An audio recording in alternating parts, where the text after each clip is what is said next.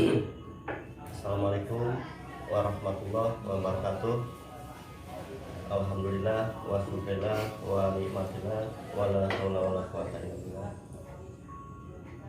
Rabbi zidni ilman warzuqna fahman.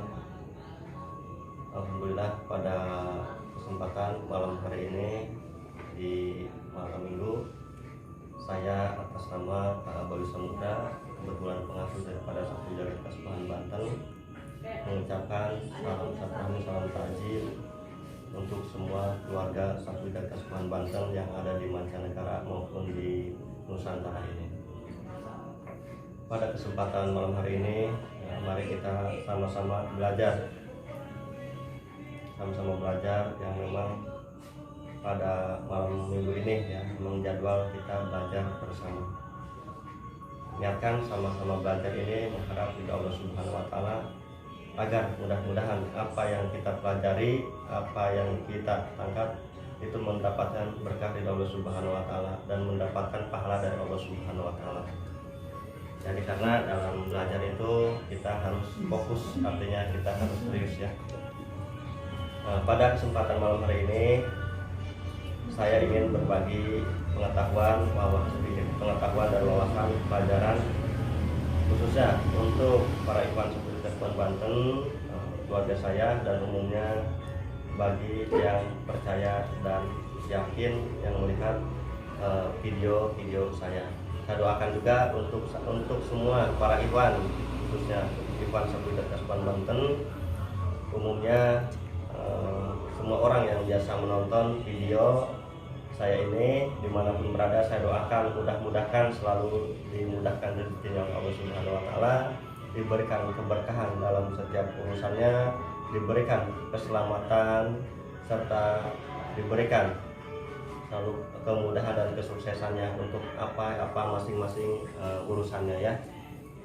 Berbagi pengetahuan atau pelajaran pada malam hari ini yaitu bedanya antara ruqyah dan ruwatan. Jadi perbedaan ruqyah dan ruwatan banyak, ada beberapa ya, mungkin bisa banyak juga di sana yang nggak berani aja untuk menyampaikan, tapi ada beberapa yang menyampaikan, yang menanyakan kepada saya apa sih bedanya ruwatan dan ruqyah gitu ya, atau bedanya ruqyah dan ruwatan. Di sini saya akan memberikan jawabannya sesuai dengan pengetahuan saya gitu. Dan memang penting itu diketahui, karena kenapa?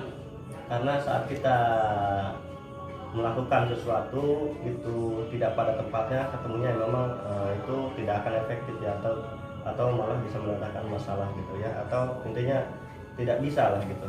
Contohnya perumpamaannya seperti ini, saat kita punya motor ini emang tepatnya diisi bensin premium atau pertamax ya, terus kita isi dengan oli misalnya seperti itu. Apakah motor itu bisa berjalan dengan baik? Kemungkinan besar itu tidak gitu ya. Tapi saat kendaraan kita kita isi dengan bensin atau pertamax atau premium ya, atau pertalite gitu misalnya, terus kita pakai itu akan efektif ya gitu. Itu akan efektif, mungkin motor tidak akan rusak. Itu contoh yang sederhana yang secara ilmiah ya. Walaupun memang kalau ilmu batin atau ilmu spiritual itu tidak bisa disamakan dengan logika ya, karena urusannya Allah Subhanahu wa Ta'ala. Dan pada dasarnya ilmu ruwatan atau ruqyah juga memang ya kita meminta pada Allah Subhanahu wa Ta'ala, menajat pada Allah Subhanahu wa Ta'ala, yang mengabulkan Allah Subhanahu wa Ta'ala. Tapi alangkah baiknya jika kita tahu pada tempatnya, menempatkannya ya, antara ilmu ruqyah dan ilmu ruwatan gitu ya, supaya mungkin secara usaha atau secara berusaha kita lebih efektif gitu ya.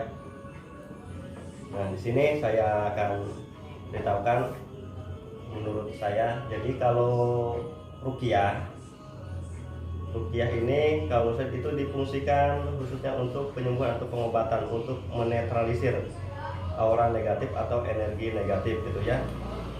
Contohnya orang kerasukan jin itu ya harus diruqyah gitu ya, itu dibacakan ayat-ayat ruqyah dan yang lainnya agar mungkin menyiksa atau membakar atau mengeluarkan jin tersebut dari tubuh manusia gitu. Terus kalau misalkan orang sakit karena santet atau sihir, nah itu juga bisa digunakan ini ilmu-ilmu ruqyah gitu, atau ilmu sejenis ruqyah atau yang lainnya gitu ya. Ruqyah juga banyak tekniknya ya, mungkin di sana udah pada paham ya gitu. Jadi kalau ruqyah ini untuk penyembuhan, nah untuk pengobatan ya kategori gitu. Intinya sifatnya untuk membersihkan aura energi negatif yang ada di tubuh manusia atau di lokasi tertentu gitu ya. Misalnya di dalam rumah atau apa itu masih bisa gitu ya, di ruqyah rumah gitu atau yang lainnya gitu. Nah itu seperti itu untuk pengobatan. Bagaimana dengan ruatan?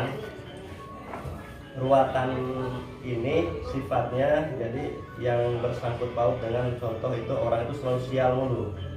Orang itu misalkan selalu sial gitu. Kalau bahasa Jawa itu mungkin ada sengkolonya gitu ya. Kalau bahasa Jawa itu sengkolo itu sesuatu apa sih? Itu sesuatu energi negatif yang bersangkut paut dengan kehidupan orang tersebut gitu ya.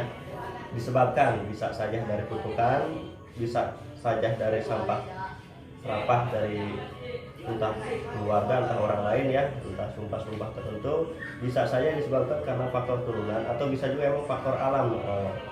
Faktor alam misalkan emang tiba-tiba seperti itu gitu ya. Ya salah satu bidangnya misalkan contohnya ya suka ada tuh yang sampai udah 40 tahun belum punya istri misalnya, kan gitu. 60 tahun udah aki-aki itu misalkan belum punya istri atau belum laku-laku misalkan seperti itu. Atau misalkan setiap bisnis kok bangkrut terus misalkan gitu ya, kok nggak pernah maju usahanya, atau perkembangan hidupnya kok nggak pernah berjalan mulus atau nggak pernah berkembang misalkan seperti itu ya. Kok warungnya ini selalu bangkrut terus misalnya, padahal modalnya sudah habis banyak misalnya.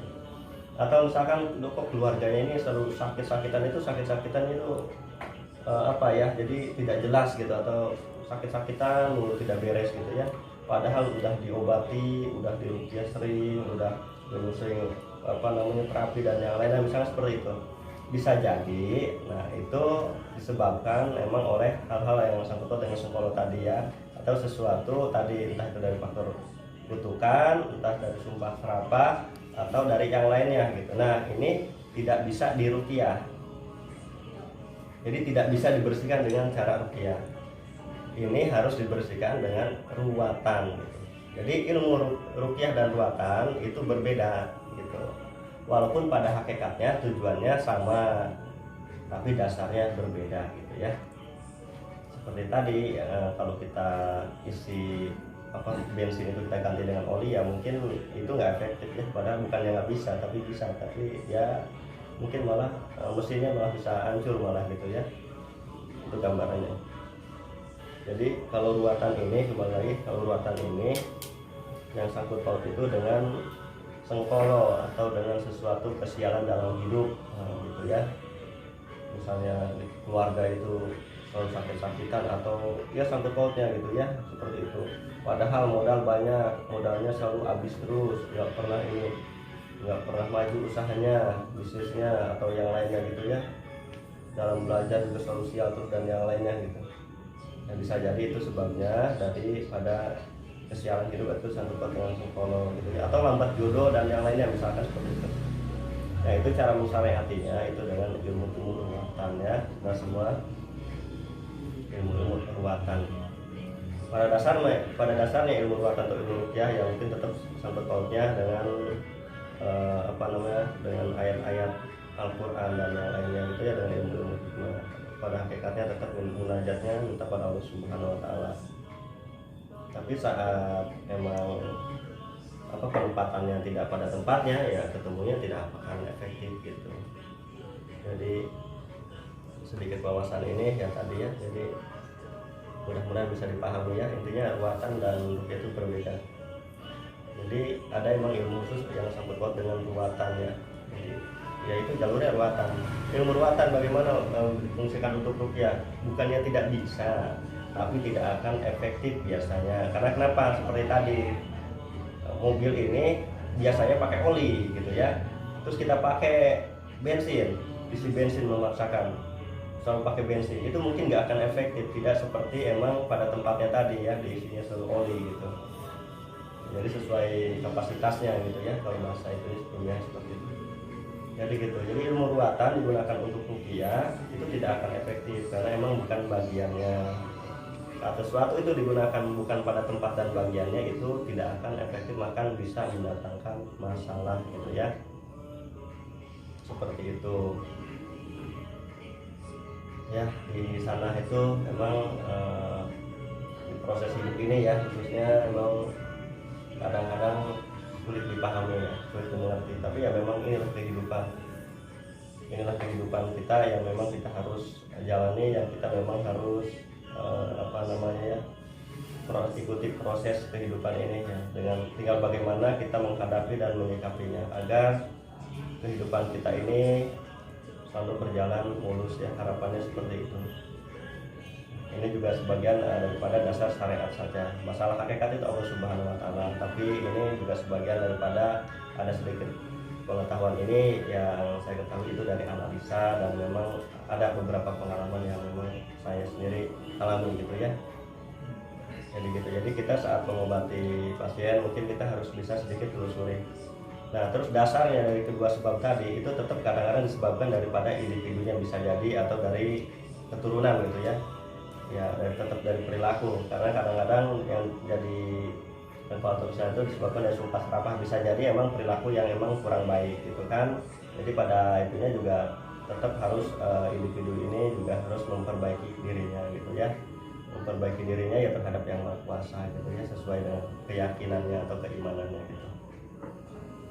Baik, pada video malam hari ini itu saja yang bisa saya sampaikan. Mudah-mudahan bisa dipahami, bisa dimengerti oleh semua para ikhwan satu Jalan Kasban Banten dimanapun berada yang ada di Nusantara ini maupun di mancanegara.